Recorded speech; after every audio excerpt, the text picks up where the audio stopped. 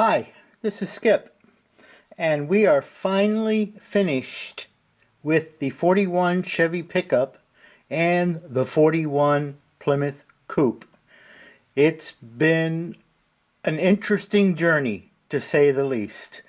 So I thought I would start to show the finished 41 Chevy Pickup.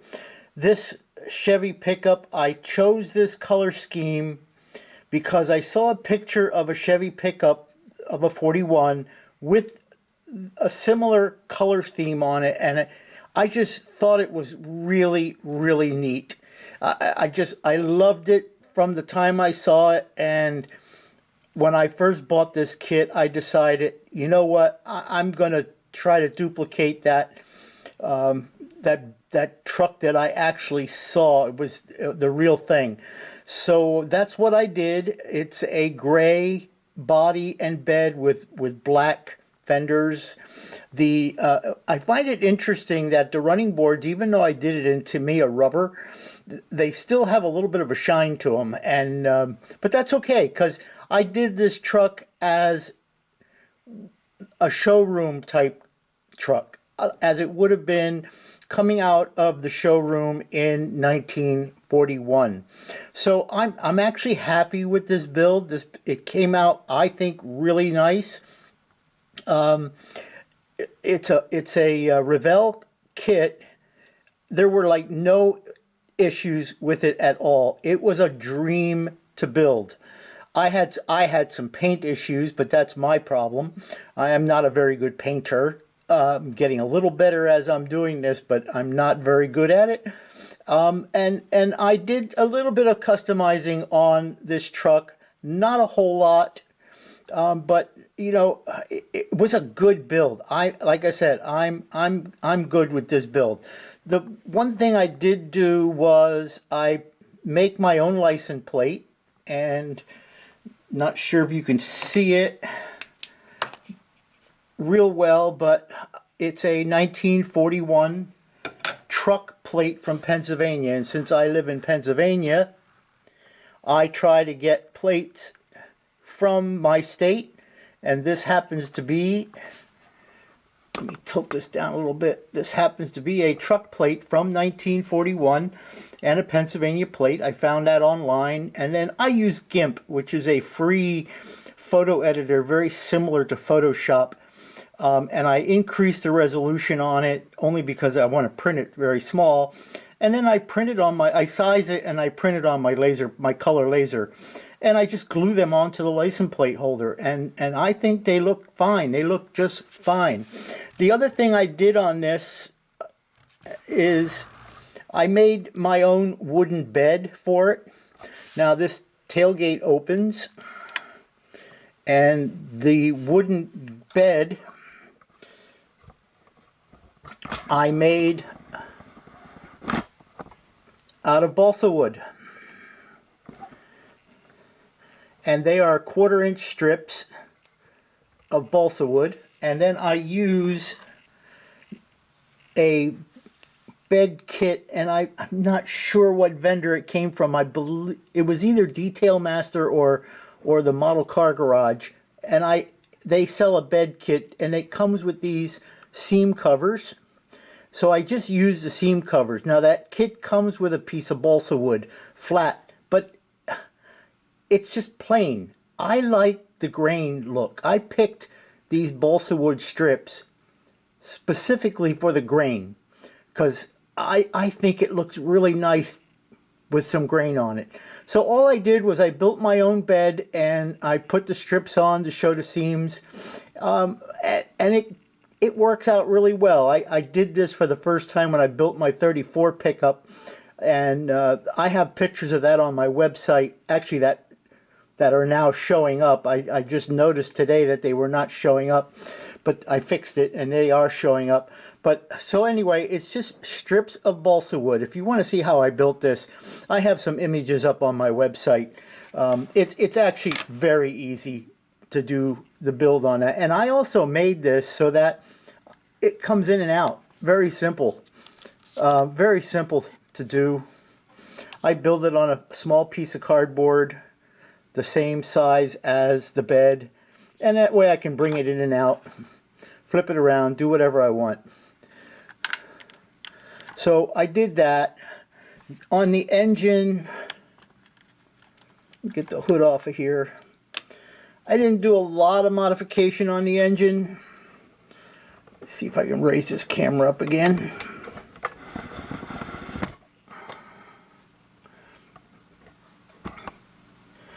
I'll just grab the model and stand it up. So the engine's there, I wired it, and I added radiator hoses to it. That came out, I thought, really nice. You know, I liked the way that engine came out. I made my own distributor. The distributor that comes with this kit is way too small for this engine. It's way too small. I also, for the first time, opened the cowl vent. I've never done that before, and it came out okay. I'm happy with the way it came out. I had one issue with it, and it's not really an issue. And what it was that when, oops, sorry. When I put the cab on, the cab was leaning back. So this was much lower, which meant it was sitting at an angle. The roof was at an angle like this. And when that happened, there was a gap up here between the hood and the firewall, and also the radiator brace did not fit because this was raised up too high and it was setting back too far. So all I did to fix that was back inside here, and I think you can see it. Back inside here, I just added a little block shim between the cab and the floorboard just to hold this cab up to the right height. It's about 0.1 inches. And that worked out well. I put it on both sides. There's one on each side here. So there's one over here also. And it's just to shim the cab up. Painted them the same color as the cab, that gray, and it straightened the problem right out. Because this is supposed to be, when I built this, it was going to be, or it is, a showroom version, so that it's coming right off the showroom. So the bottom side, I didn't dirty it. It's clean. There's not much to show there, but it's all there. The spare tires on the bottom side. Everything. This was a nice build. It was a nice build. I like Revell kits. I think they go together well. Things fit well. There wasn't a lot of flash on it or anything else.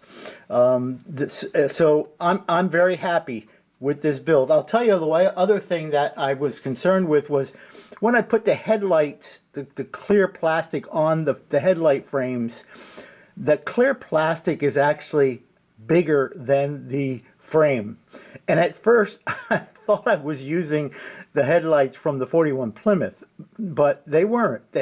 I was panicking a little bit because I already had the headlights on the 41 Plymouth, but these are the right headlights. I had to do some sanding around the diameters, around the circumference of them to get them to fit properly into the chrome headlight housings. But you know, that's all part of model building, and it came out well. This is a nice kit. It's a very nice kit, and I'm happy with the way it came out. So everything fits well. Everything's good. All right, so that's the 41 Chevy Pickup. So let me change out and go to the 41 Plymouth Coupe.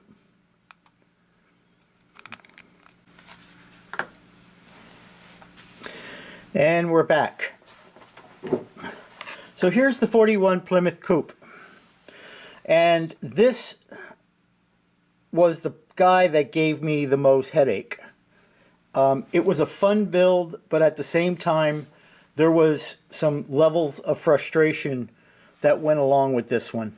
Now, it didn't turn out too bad for the problems that I experienced. Some of them were self-created, but some of them were actually from, you know, what's native with this particular kit. So I'm going to explain a little bit of that. I have a lot more information on my website about what the problems were that I had. And again, I don't want to call them problems. They're issues. They're not problems. They're issues, and they're all resolvable.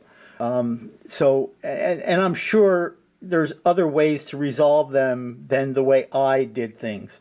But all in all, it came out okay as far as I'm concerned. The blue that I chose, and I had said this in another video, is a Tamiya acrylic. It's an X3 royal blue. It's right out of the jar because I didn't want to have to mix anything, and I didn't have to, because in 1941 Plymouth made a chevron blue, which I believe it was chevron blue, which was real close. I mean, it's real close to this blue. You can hardly tell the difference between the two. So I used that. I did the interior in a light gray, which let's see if I can get some light on the situation. My little flashlight died on me. So I did that in a very light gray. The dashboard was detailed as much as I could. There wasn't a lot of detail on the dash to begin with, so I did that. The one thing that did not fit well was the back of the seat, the back of the front seat. The seat's a two-piece thing, and the back of the front seat was actually too small for the seat. So I had to build that up a little bit and then do some sanding. You really can't see it anyway once it's in, but it was one of those things that bothered me. The other thing is, and I didn't pay attention while I was building it, so this is my fault, is the chrome lines on the side. There's hardly any line there for that chrome. I wanted to bare metal foil this, and there just wasn't enough line, there wasn't enough material there to do any bare metal foil. So fortunately, and some of my subscribers, my YouTube subscribers, suggested that I use a Molotow pen. And I'm a shaky guy. I mean, I'm in my late 60s, and I'm not as steady as I used to be. But I taped it off the best I could, because again, there was hardly any line to follow on it, even for taping. And then I used a Molotow pen. So it didn't turn out real bad. This side is better than the other side. The other side got a little wider. And again, it's because I couldn't see a line for it. It just wasn't there. So I have 2 more of these kits. And when I plan on building at least 1 more of them. When I build the next one, I am going to scribe the lines in, and I may even add some molding on the side just to make it stand out more. Even the door handles, it's just that they're there. They're just that they're showing. There wasn't much to get even a Molotow pen on it to do any coloring on it. The same thing goes for the interior, the window cranks and the door handles. They're molded in, and there wasn't a lot of line to follow to even paint or do anything with. So, you know, it was hard, and I'm a perfectionist in some ways, and in some ways I'm not. But so those are just little things. The other thing is that I had an issue with was this is actually a front body panel that you have to install, and it was warped. And not only was it warped, but also the body itself was slightly warped. So I had to do a lot of repair work on this. and a lot of puttying and a lot of sanding and scribing and puttying and to get it all to fit well. And in the process of that, I damaged the chrome lines, and you can see that they're crooked, and even with the pen, you know, I could see I picked up high spots, and so it looks horrible. But you know, it's what it is what it is. So that was an issue that was a kit issue, not a me issue there. I had no other choice but that I can come up with, at least, to make that fit well. Excuse me. The one thing I did do on this model was this is the first time I ever opened a trunk lid, and let me just get this up here. So I did open the trunk lid, and I got dust in there, sorry.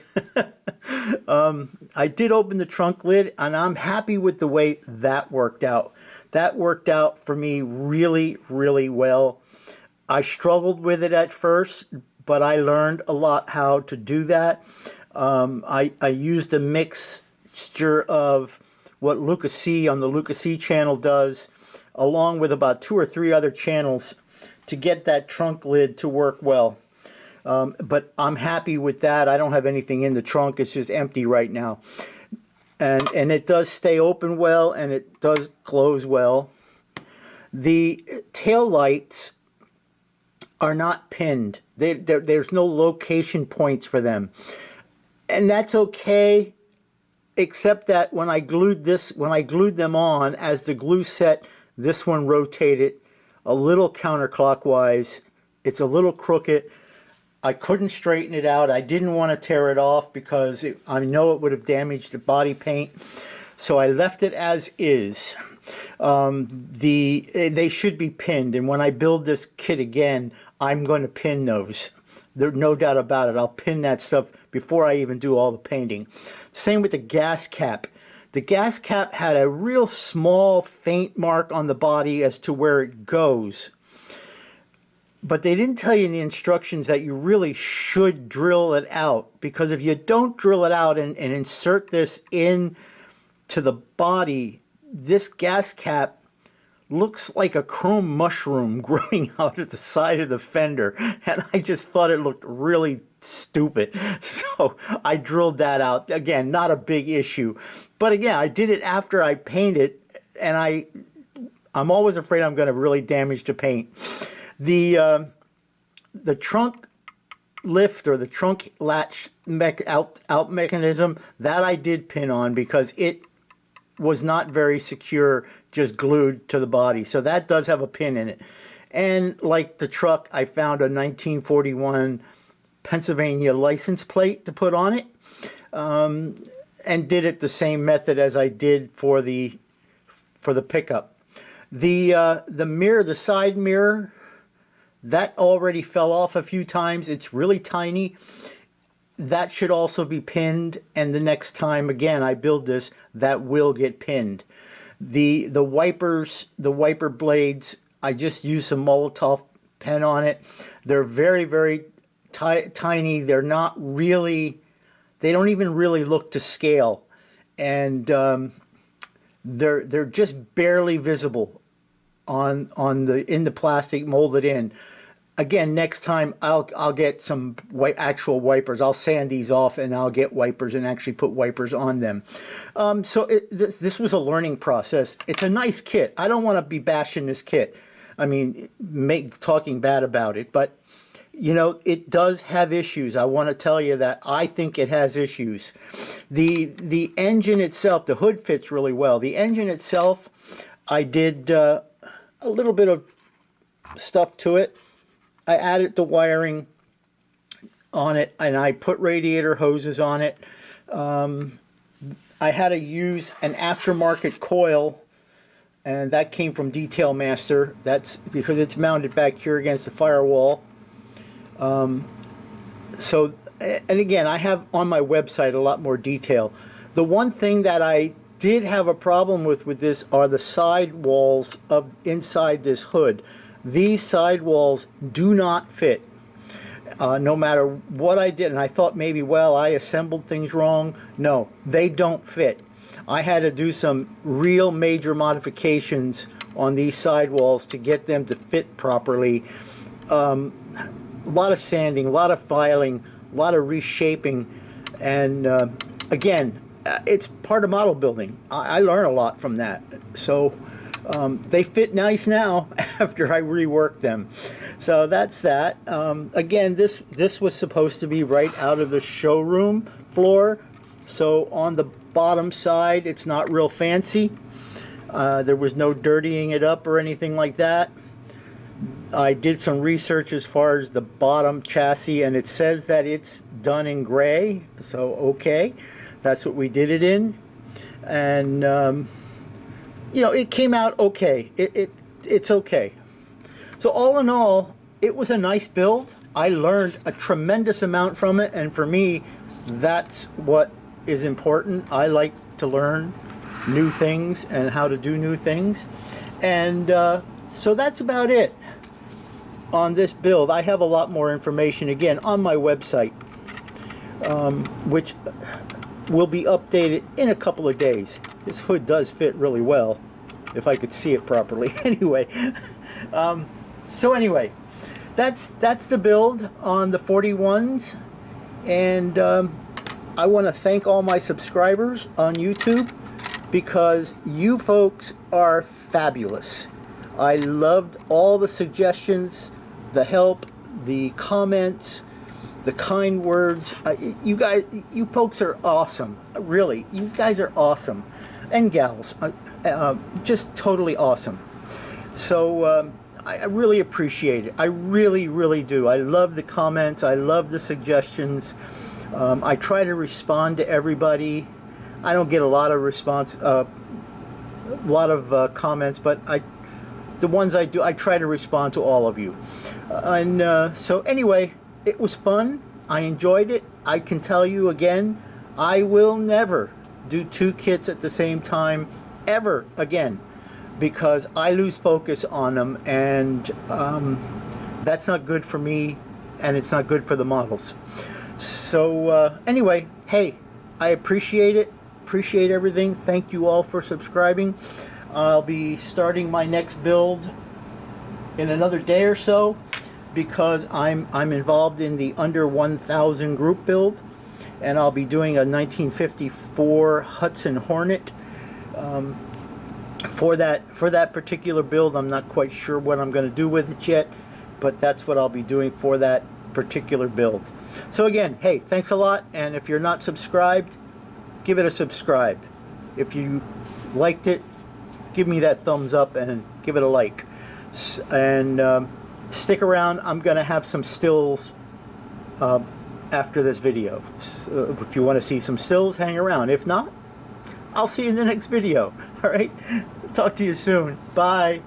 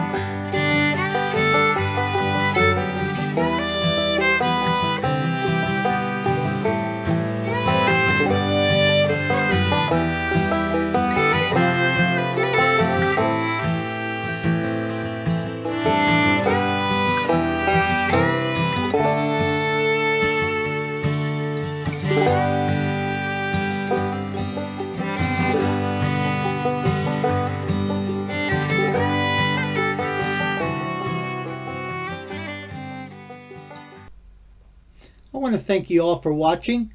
And if you like what you saw, give it a thumbs up. If you don't like it, you can give it a thumbs down. But, you know, I would prefer a thumbs up. And do me a favor. If you really liked it, smack that subscribe button. And if you want to be notified when I release new videos, give that bell a ring and set it to all. I don't release a lot of videos, so I won't be bugging you that much. Anyway, thanks again, and I'll see you in the next video.